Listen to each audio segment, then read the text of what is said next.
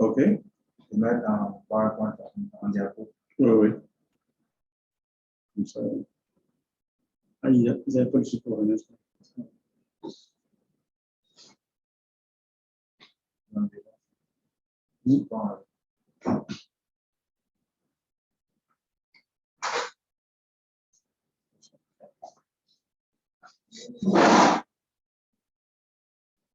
Vous allez télécharger?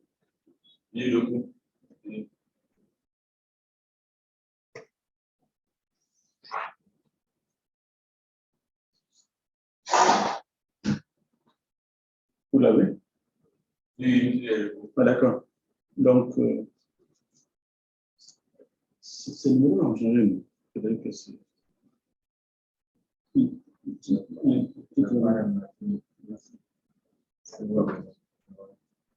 Donc, c'est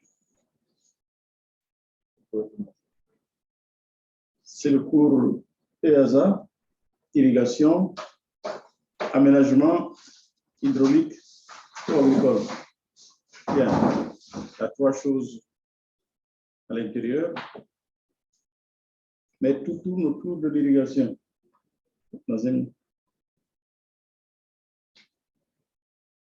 Mon nom c'est Ouattara Adama, détection agriculture et d'eau. Donc, on va couvrir les besoins en eau de la plante. Les besoins en eau de la plante dans un cadre d'agriculture moderne. Finalement, nos parents n'arrosent pas, ils comptent sur la pluie. Mais pour une production plus abondante, on a besoin d'eau pour produire plus et gagner plus. Donc, le cours se divise en 3 ou 4 chapitres selon qu'on peut couvrir tous les 4. Mais le premier chapitre, c'est beaucoup plus situé le contexte. Pourquoi irriguer? Pour quel type d'agriculture? Et le deuxième chapitre, comprendre comment l'eau bouge dans le sol, comment on mesure l'humidité du sol, comment la plante extrait l'eau dans le sol. Et le troisième chapitre, irrigation. Irrigation, quelle quantité d'eau faut-il apporter à la plante? Quelle quantité d'eau a besoin la plante, dont a besoin de la plante? À quel moment il faut en mettre? À quel moment il ne faut pas trop en mettre? Parce que l'eau, même si ça ne coûte rien, pour l'amener à la parcelle, il faut dépenser de l'énergie, donc de l'argent. Et un 4e chapitre, si possible, comme nous sommes dans un centre dédié à la télédétection, comment évaluer le stress hydrique d'une plante, ou bien d'un champ en production par télédétection. Comment savoir à partir des images que cette plante, cette culture-là a besoin d'eau?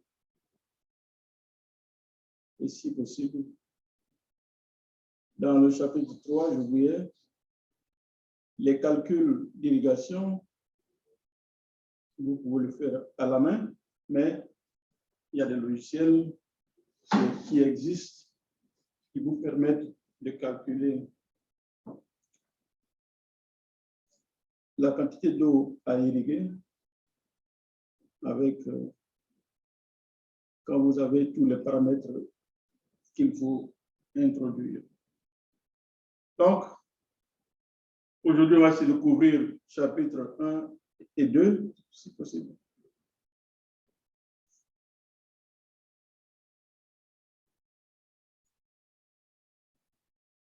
Donc, comme je le disais, il y aura des recherches bibliographiques. Vous allez chercher la documentation, comprendre, savoir comment il faut chercher la bibliographie. Si on peut, instrumentation. De quel appareil a-t-on besoin quand on doit mesurer l'humidité du sol?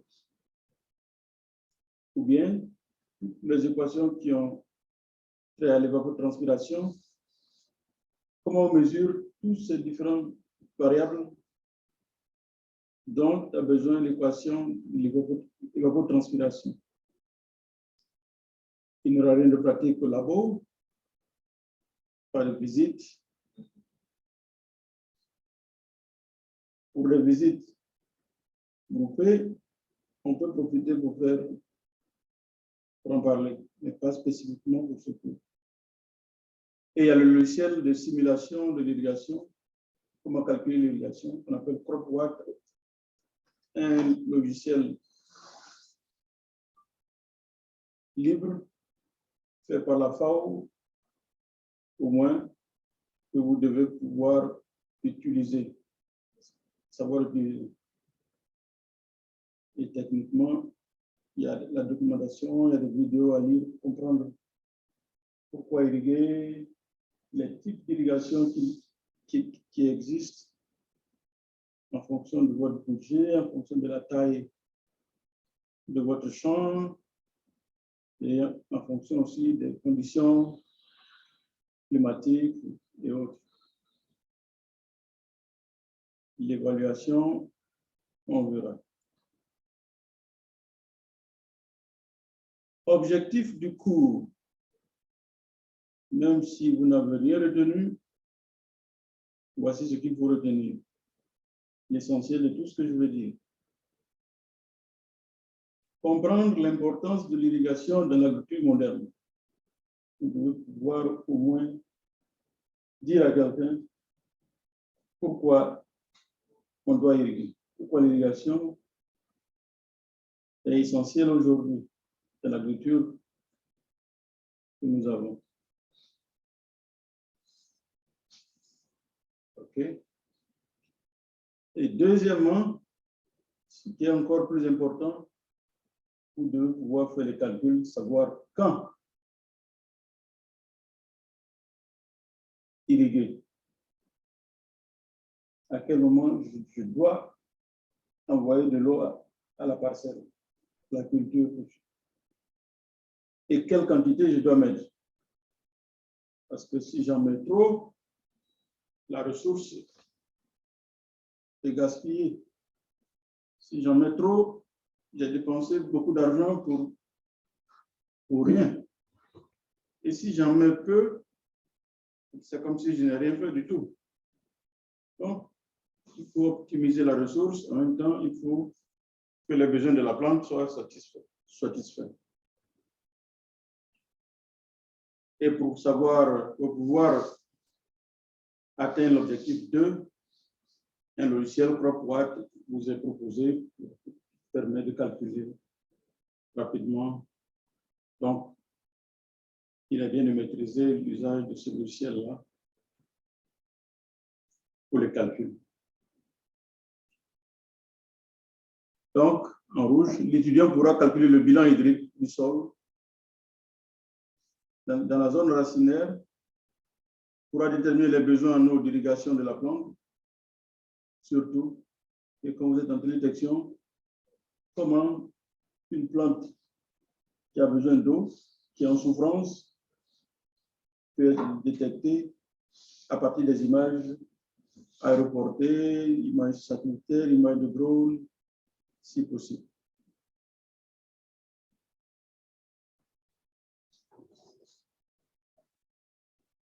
Donc, ça, c'est les objectifs du cours. Comme je l'avais dit auparavant, on a subdivisé un chapitre pour pouvoir bien présenter le sujet. Chapitre 1. Situons le contexte. L'agriculture aujourd'hui et demain.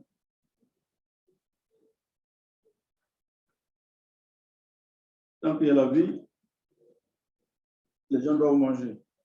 Donc, ce n'est pas un problème d'aujourd'hui qu'on essaie de résoudre. Pourtant, aussi longtemps que nous serons là, on aura besoin de produire l'agriculture.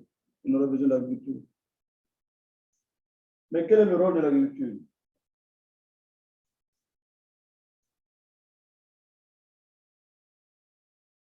Beaucoup vont dire l'agriculture sert à nourrir la population humaine et animale.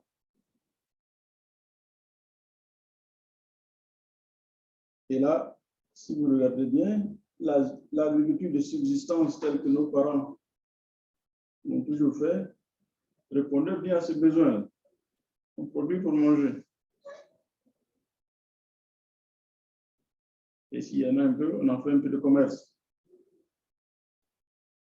Mais est-ce que de nos jours, c'est ça l'agriculture seulement? Il y a des matières premières qui proviennent de l'agriculture. Les VA. Personne ne mange les VA. Mais on a des hectares, des milliers d'hectares pour produire de l'EVA pour faire autre chose que la nourriture. Canne à sucre. On a besoin de sucre. On produit du sucre pour la nourriture, mais aussi du sucre pour les voitures. On va transformer en éthanol. Du coton, une partie pour la nourriture, ce qui est huile de coton, tourteau de coton pour le bétail, mais la matière première pour l'industrie du textile. La banane, consommation humaine. Donc l'agriculture, ce n'est plus forcément pour des besoins d'alimentation, mais c'est devenu une industrie stratégique parce qu'elle permet de diversifier votre industrie. Malheureusement, l'agriculture est devenue un danger pour l'environnement. Il y a des endroits où se débaisse la nappe phréatique, déforestation comme en Côte d'Ivoire, on a constaté, érosion, réduction de la diversité biologique, etc., etc. Ou bien des produits toxiques pour la biodiversité comme le glyphosate, les DDT, du Roundup, les herbicides qui ont des effets secondaires sur insectes, des problèmes de cancer.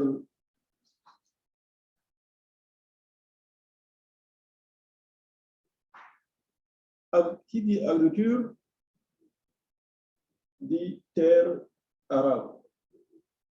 Pas arabe, arable. Terre cultivable. En avons-nous encore assez sur cette terre pour nourrir autant de personnes? Bien. Je crois que l'Afrique a encore l'une des réserves assez importantes, 27% des réserves mondiales sont en Afrique. Donc, ceux qui n'en ont pas vont courir vers l'Afrique pour les acheter. Les pays comme le Qatar, la Chine, qui veulent sécuriser demain leur alimentation, sont prêts à acheter des milliers d'hectares si nos dirigeants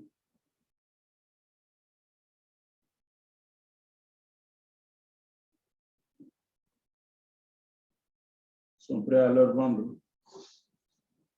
Les réformes agraires influencent aussi la production agricole et la sécurité alimentaire. C'est le cas en Afrique du Sud, quand on a voulu, pour un problème il faut redistribuer des terres aux Noirs, bien, il y a des Blancs qui ont été dépossédés de leurs terres. On a remis à des familles noires, peut-être qui n'ont pas pu avoir l'investissement nécessaire pour faire l'agriculture moderne. Bien. Et la baisse de l'agriculture, la productivité, on a suivi. Donc,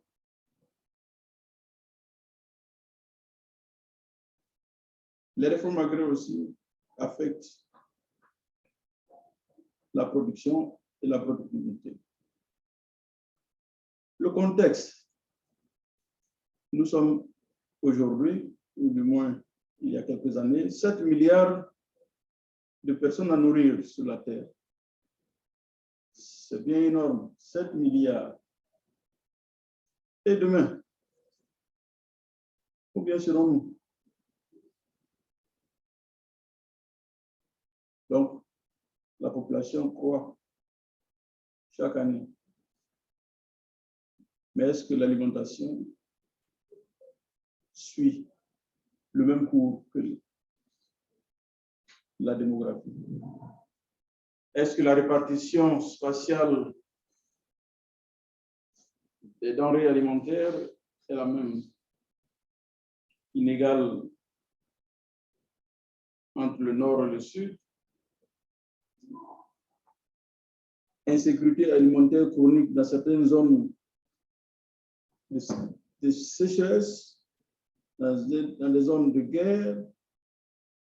Il y a des endroits où la nourriture, au-delà même, est assez abondante. Donc, il y a des zones défavorables, comme les déserts, les zones arides, les zones urbaines assez denses. Par exemple, vous prenez Abobo et Cocody, vous voyez que tout le monde ne mange même pas de même manière. Zones inondées. Il y a des zones où il pleut trop aussi, presque toute l'année.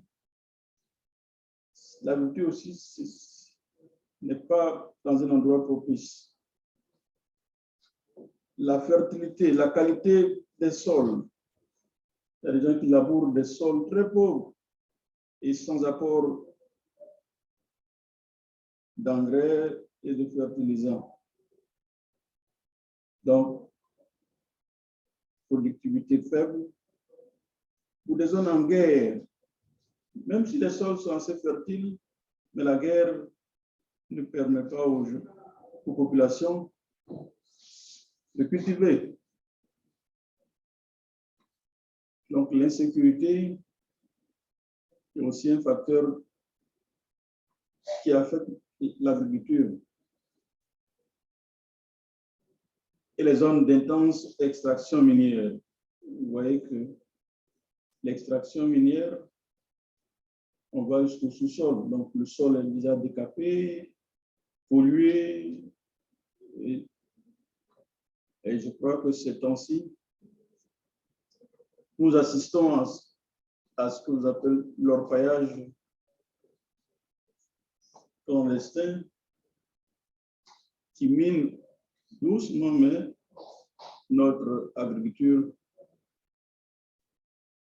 Quand vous allez au nord, ou bien les fleuves, il y a des dragages, il y a des pollutions des fleuves et l'agriculture. Une eau polluée ne peut pas servir à irriguer les plantations. Donc, pêle-mêle ici, je décris un peu tout ce qui affecte l'agriculture, hein, sans donner mon opinion, sans dire, mais parce que la politique agricole, c'est l'affaire des dirigeants. D'abord, l'Afrique peut-elle nourrir sa population? Donc, si nous revenons sur notre continent, nous, est-ce que nous avons la capacité nous-mêmes de nous prendre en charge. Bien. On importe du blé. On importe quoi d'autre? Et nous produisons surtout pour les autres. C'est ce qui est un peu... Le Mali produit des tonnes de coton pour une industrie hors du continent.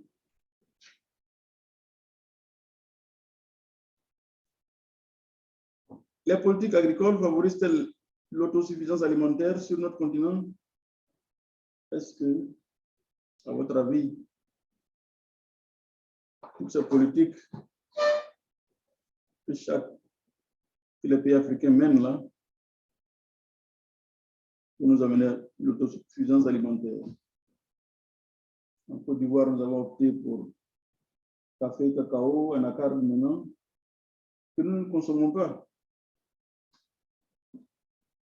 Monsieur, lorsque le gouvernement met en place un projet sur l'agriculture, c'est là la consulte les universités, les centres de recherche qui sont axés sur ces thèmes pour pouvoir aussi les orienter.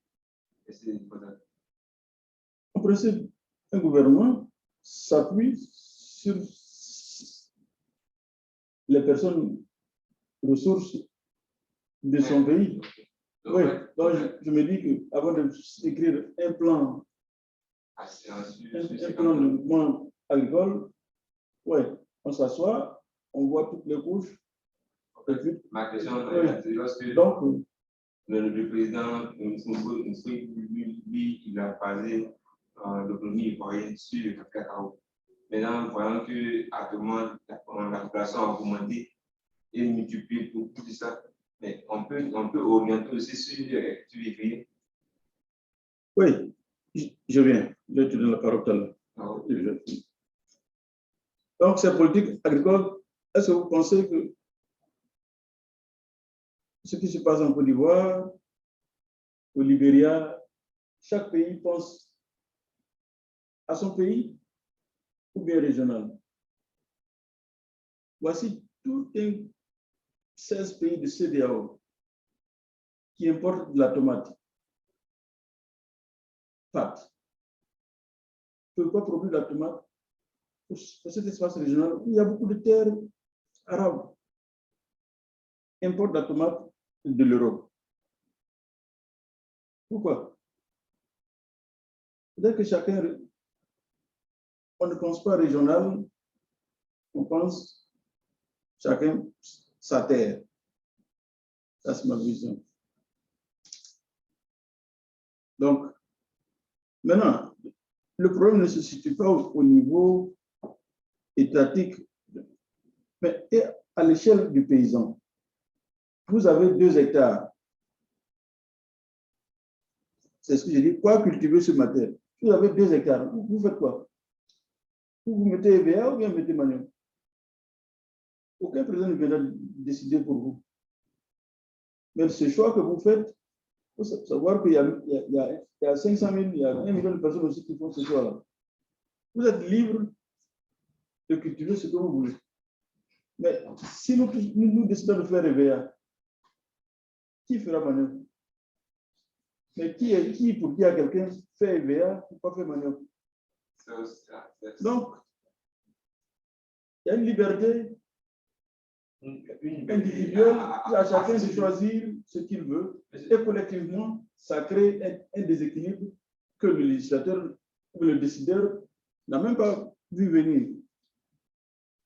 Parce que qu'est-ce qui motive votre choix quand vous devez cultiver quelque chose sur votre parcelle? Est-ce parce que c'est la seule plante que vous connaissez? Est-ce que parce que c'est rentable? Ou bien parce qu'il y a moins d'efforts à faire? Ou bien parce qu'il y a un marché qui est là? Même si ce n'est pas trop bon, au moins si je sais, je sais que je peux vendre. Parce que si je suis le seul à produire telle culture-là, et que j'ai un hectare avec mes 5 sacs-là, personne, je n'aurai même pas de clients. Donc, la politique agricole est aussi affectée aussi par ce que chacun individuellement décide de faire de sa parcelle aussi. Culture de rente prime sur les cultures consommées localement. C'est ce choix qu'il faut faire. Mais c'était à une période où la population ne dépassait pas les 3 millions. Il y avait assez d'espace, et d'espace, il y en avait. Donc, le cacao, le piment, les aubergines ne coûtaient pas grand-chose. Mais le cacao rapportait beaucoup plus. Donc, il a préféré les cultures de rente. OK? Et l'inflation, il n'y avait pas assez de monde. Donc, ça va. Est-ce qu'il faut augmenter la production des cultures vivrières dans la lutte contre la malnutrition? Bien. Ou bien la vie chère, comme on en parle aujourd'hui. La vie chère. C'est la faute à qui? Est-ce que c'est la faute à quelqu'un? Si nous ne produisons pas ce que nous consommons, bien, nous serons soumis à la loi du marché aussi. Si le prix augmente à l'extérieur, les prix vont augmenter quand ce sera ici. Mais le climat aussi joue. En période de sécheresse, c'est ainsi. Comment quelqu'un qui n'a ni tracteur ni moyen d'irrigation peut-il produire des aubergines, du gombo à cette période où les températures dépassent les 35 degrés?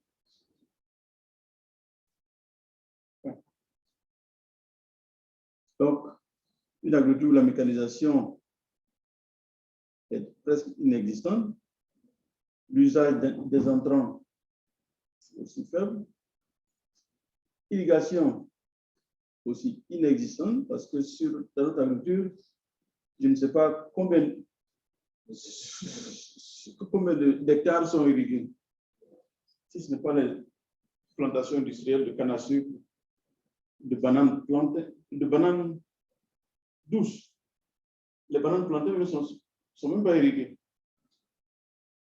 Pourquoi les bananes plantées ne sont pas irriguées alors que les bananes douces pour l'exportation sont irriguées?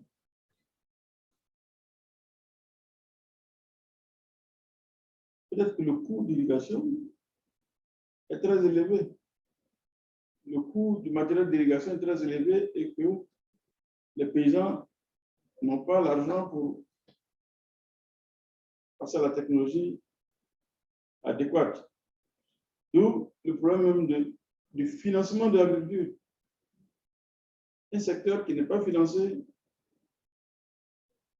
bien, comment est-ce qu'on peut renouveler, on peut avoir de nouvelles technologies? Donc, c'est toutes ces questions-là qui montrent le présent et aussi le futur de notre agriculture. Mais ce n'est pas fini. Contexte climatique défavorable. Vous pensez qu'en 1960, 1980, 2000, 2030, 2070, les conditions climatiques ont changé? Il y a changement? Il y a variation. Bien. Il y a variation. Est-ce que c'est dans le bon sens ou dans le mauvais sens? Bien. Est-ce que en 2050, les conditions seront bonnes en Côte d'Ivoire ou mauvaises? Bien.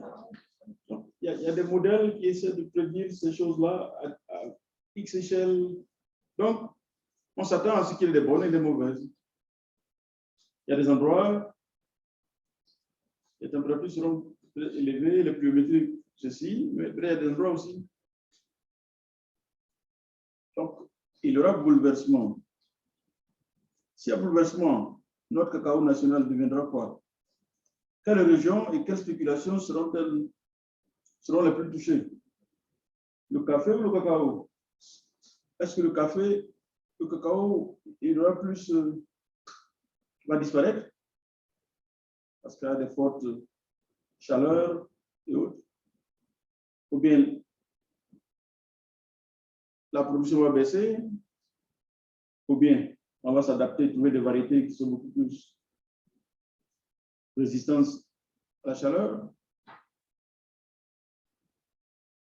Donc, il est temps de faire des simulations, voir l'effet du changement climatique sur, par exemple, notre cacao, et déjà commencer à voir ce qu'il faut faire.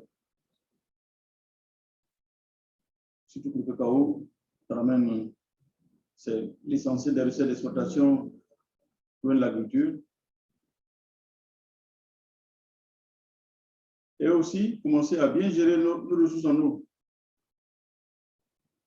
Parce que si les conditions climatiques s'aggravent, on devra obligatoirement irriguer. Et qu'en est-il de nos ressources en eau? Est-ce que nous les protégeons aujourd'hui? Est-ce que nous savons dans quel état elles sont?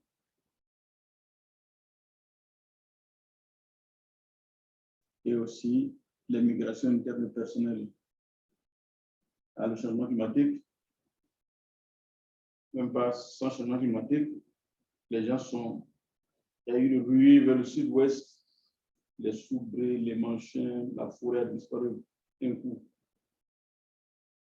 Est-ce qu'avec le changement climatique, il y aura des migrations de personnes à la recherche de terre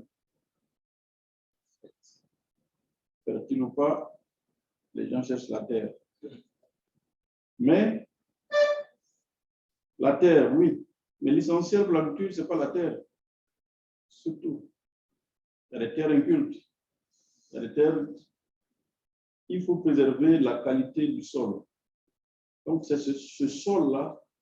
Il ne faut pas penser que c'est une ressource inépuisable. C'est une ressource qui peut disparaître aussi. Non renouvelable. Parce qu'il faut du temps au sol pour se reconstituer. Donc,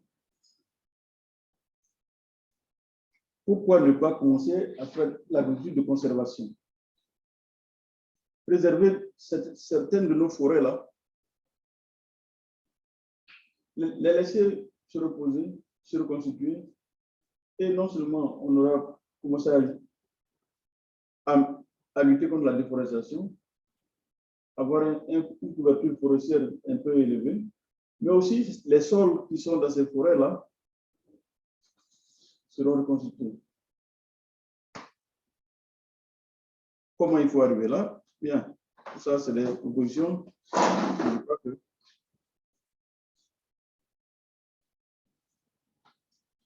le décideur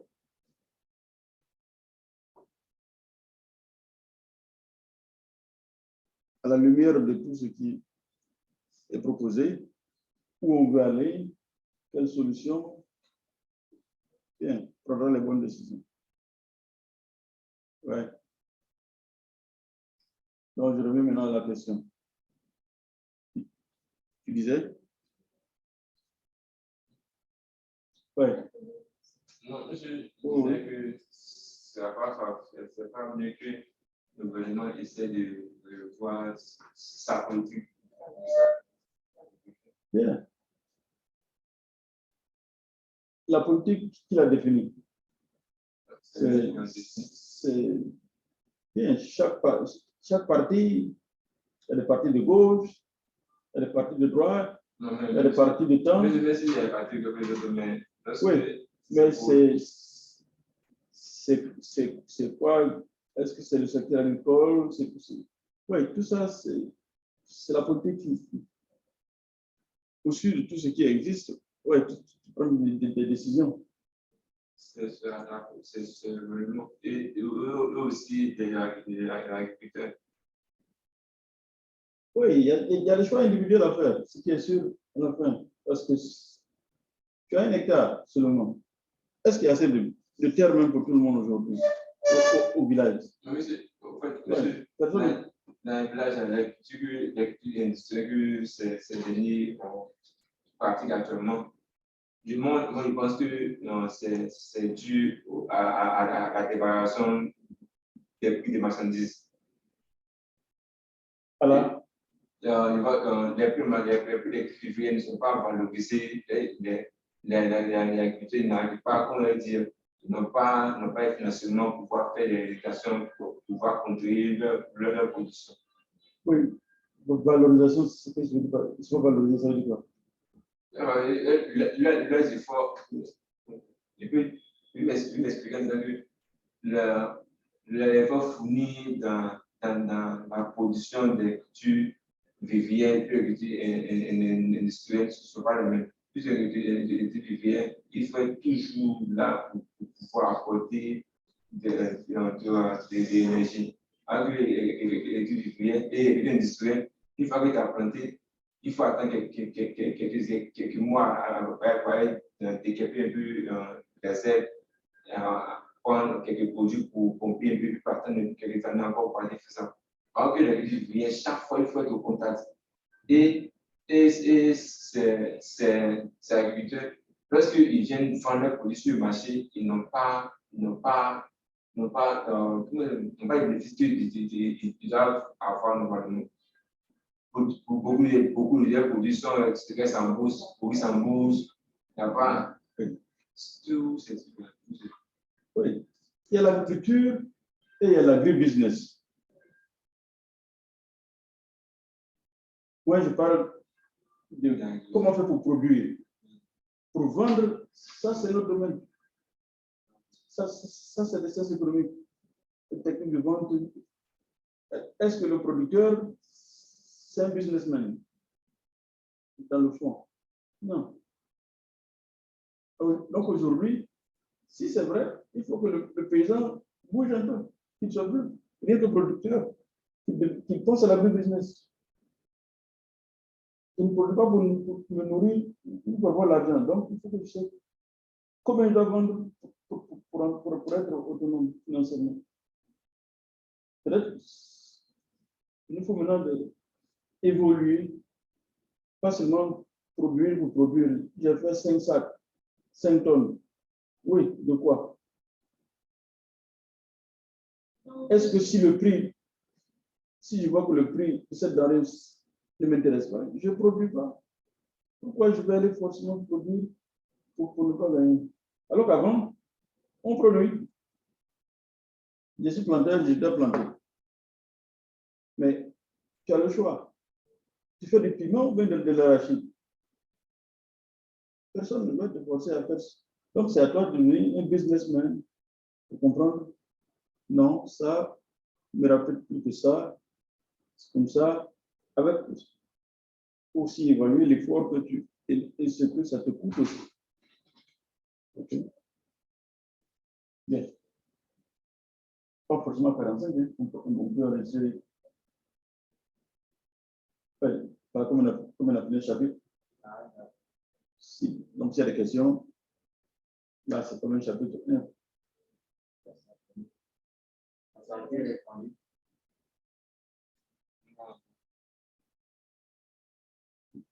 Vous avez des questions? Oui.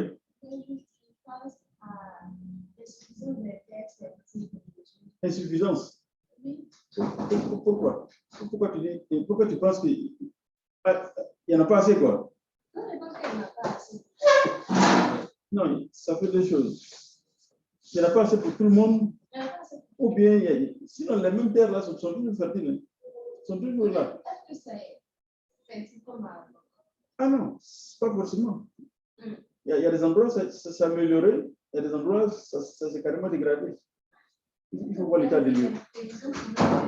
Mais il n'y a pas assez de terre comme avant disponible pour tout le monde. On était 5 millions, il y avait assez de terre. On est 25 millions, c'est la même terre, on ne peut pas bouger. Aucune superficie n'a été gagnée. Donc, il y a moins de terre par tête. Donc, on fait quoi?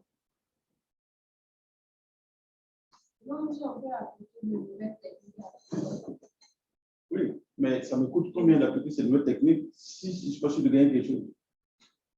Je veux bien irriguer, mais je paye une motopompe, du gasoil.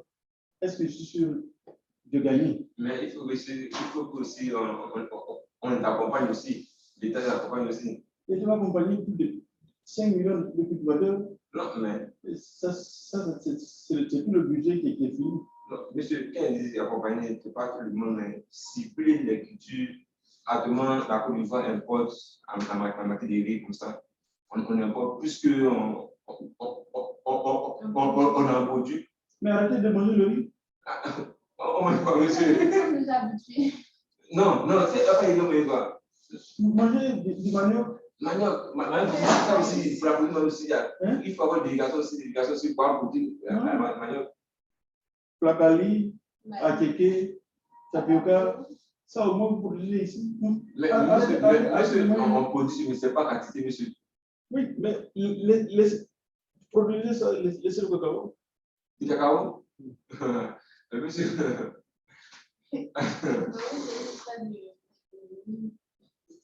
Vous voulez nourriture ou vous voulez du fric? On veut nourriture parce qu'il faut avoir la santé, il faut tout d'abord manger. Non, On ne va pas discuter alimentaire lorsque tous ces besoins sont déjà conquis par l'utilisateur. bien, vous voulez l'argent de cacao, en même temps, pour acheter la nourriture ailleurs. Non, on veut manger par la fois, pas chercher l'argent. On veut quoi? On veut manger d'abord. On peut manger les deux cultures. Le manger. Comme je le dis, en matière du cacao, on voit qu'on en produit, mais on ne tue pas ici. Ici, c'est ça que nous consommons. Il faut que nous en consommons. Vous allez au nord, l'anacarde est en train d'occuper tout l'espace. La le prix a augmenté. Oui, mais qui On mange? dépend des autres cultures. Mais qui mange l'anacarde? C'est-à-dire, Personne. donc, donc, ma question, c'est ça. Pourquoi le gouvernement privilège les cultures Mais j'ai besoin de fric. Mais ça rapporte l'argent. Donc, laisser les populations occuper les terres pour les cultures industrielles ou d'autres industries privées. Quand tu es président, il faut payer les salaires. Les salaires. Donc, s'il y a 5 millions de paysans qui me donnent chacun 50 000, mais c'est fini, ils n'ont rien, ils n'ont pas de problème. C'est des ponts avec. Même si ils sont rien. Mais si je ne les encourage pas à faire ce là pour rajouter des devises, là, ils sont en train de manger de manière tranquille. Ou bien, ils sont en train de manger de manière, mais c'est tout l'argent. Parce que vous voyez. Donc, moi, c'est politique après. Oui. Tu as besoin d'argent pour faire les routes. Faire payer tes crédits au cas où tu n'as pas l'argent pour toi-même. Voilà. Mais, peut-être vous pouvez. Supposons que tu aies même 1 million de planteurs. Et chacun fait 2 tonnes. 1 tonne pour lui-même, 1 tonne pour moi. N'est-ce pas? Et 1 tonne, même si c'est 300 000. 300 000 pour 1 million. Mais tout ça, c'est dans les caisses de l'État. Maintenant, vous faites des écoles, vous faites des routes, voilà. Il y a aussi d'autres secteurs pour pouvoir avoir l'argent, comme le port comme ça. Oui. Mais si l'économie du pays se repose, si l'économie d'un pays repose sur l'agriculture, mais pourquoi ceux sur lesquels ça se repose, c'est les pauvres? Donc ça les écrase. Mais c'est malhonnête. C'est malhonnête que de dire l'église repose sur toi et puis il n'a même pas à acheter le motopompes. C'est tellement malhonnête. Oui, c'est comme si on te donne aujourd'hui, alors que quand tu mets des faits, tu n'en fais pas c'est inscrit. Ben, c'est quoi?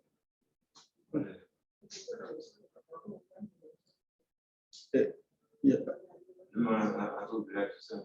La lui, je le prends ou bien je le prends comment? Non. Mais il y a un qui veut. Ah non, ici, pour la télé, pour pouvoir attendre. Bien, on va enregistrer. Bien, C'est stop, nous. ouais. Non, tu as repris. Hein. Lui, il a repris. Non, il dit tu as enregistré à 45 là. Lui, j'ai lancé, on a repris. Non, tu as mis pause. Pause, ça veut dire que stop recording. Voilà.